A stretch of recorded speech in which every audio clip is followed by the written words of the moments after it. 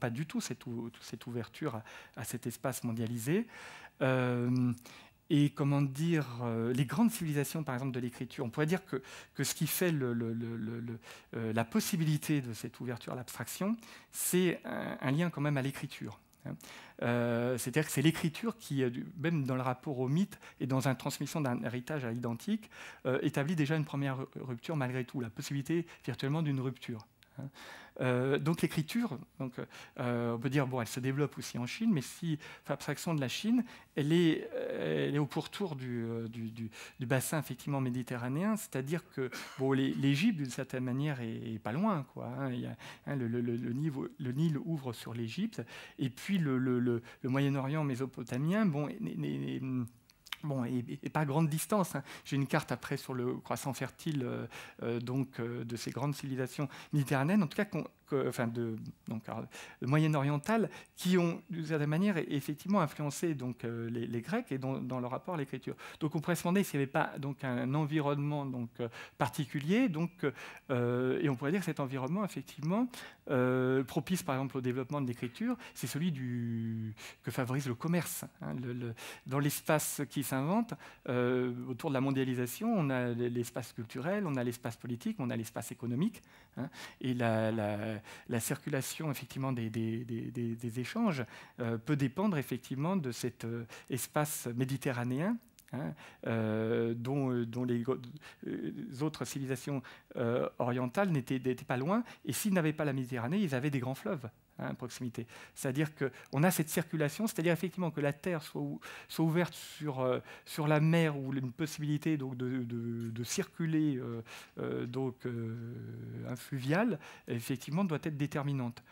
Pour la Grèce, on insiste aussi, en dehors de cette ouverture à la mer, à la Méditerranée, on insiste sur un paradoxe qui est qu'à la fois on partage une même langue, mais en même temps, comment dire, on a Saraméa qui est un vrai géographe historien pourrait un peu nous en dire plus sur le sujet, donc j'ai un peu honte de préciser des choses qui sont comment dire, basiques sur la géographie méditerranéenne concrète et là non plus abstraite, mais on pourrait l'éprouver ici, c'est-à-dire qu'on a des montagnes très près de la mer et que ces montagnes à la fois elles divisent les différentes cités, elle les sépare, mais en même temps, le lien peut être établi par justement la Méditerranée, dans le sens où ils sont marins, alors ils font du cabotage, mais effectivement, ils circulent beaucoup, et toute l'expansion grecque, alors là, on le reverrait, nous, pour l'origine de la philosophie, qui se fait aux marges du centre même de la Grèce. Ce qu'il faudrait voir aussi, voilà, c'est pas cette ouverture au monde, elle est une révolution pour les Grecs eux-mêmes, disons, mais elle viendrait effectivement de leur espace géographique, aussi, dans le sens où par exemple, cette nouvelle manière de penser, elle vient non pas du centre qui résisterait à ces nouvelles manières de penser, mais des marges, donc de la Ionie et puis de la péninsule italienne.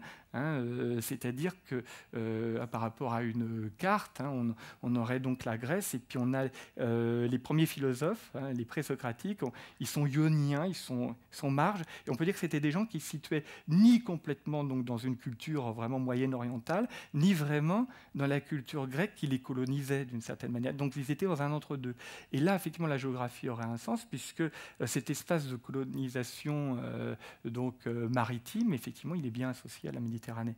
Donc ce serait aussi un nouveau paradoxe, que ça soit une géographie particulière, alors là on ne dirait pas géographie, mais on dirait donc un enracinement territorial particulier qui puisse ouvrir un décrochage complet par rapport à cet enracinement premier. C'est-à-dire que la Méditerranée, après, soit plus virtuelle que réelle.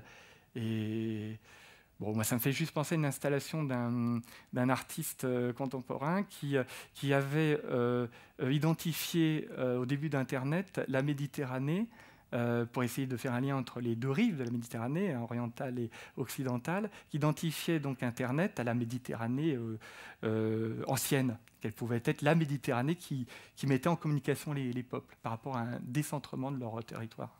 Monsieur Saraméa, oui. Peut-être pourrez-nous nous confirmer ou nous préciser, mais ma perception est bien lointaine, Ah oui, alors les Romains, oui, seraient moins marins. Ouais. L'italienne, elle est pourtant bien ancrée dans la Méditerranée, mais je me souviens de mes Oui, études oui, de oui, latinique. oui, oui, oui. On est très concret, on parle beaucoup d'agriculture, etc. Et la poésie grecque, finalement, l'abstraction, Alors, il y a Hésiode. c'est Alors, pas du tout la même chose que les latins, les méditerranéens. C'est pour ça que j'ai lié ça à cette notion de donc, on peut avoir un rapport abstrait donc, à l'environnement donc, marin, dans le sens où, concrètement, pour bien acheminer les marchandises, par rapport à tout le risque que représente la navigation, on fait quand même plutôt du cabotage. Mais c'est vrai qu'il y a toujours cette possibilité d'aller plus loin et d'ouvrir sur d'horizons bien plus lointains. Alors, le rapport à l'abstraction, c'est que sur la mer, on peut, même si on fait du cabotage, il y a toujours le risque qu'on soit détourné par rapport aux conditions atmosphériques. Et donc, il y a toujours cette idée d'avoir un chemin à reprendre.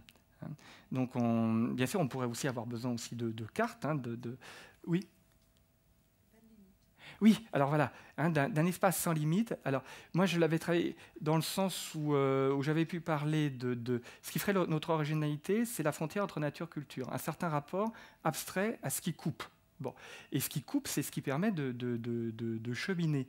Mais les Grecs ont eu particulièrement à réfléchir sur le chemin, au sens où l'espace, par exemple, méditerranéen, justement, où Braudel a développé justement le lien entre le capitalisme, hein, c'est pareil, ça arrive là, vraiment, où tant encore de nouvelles perches.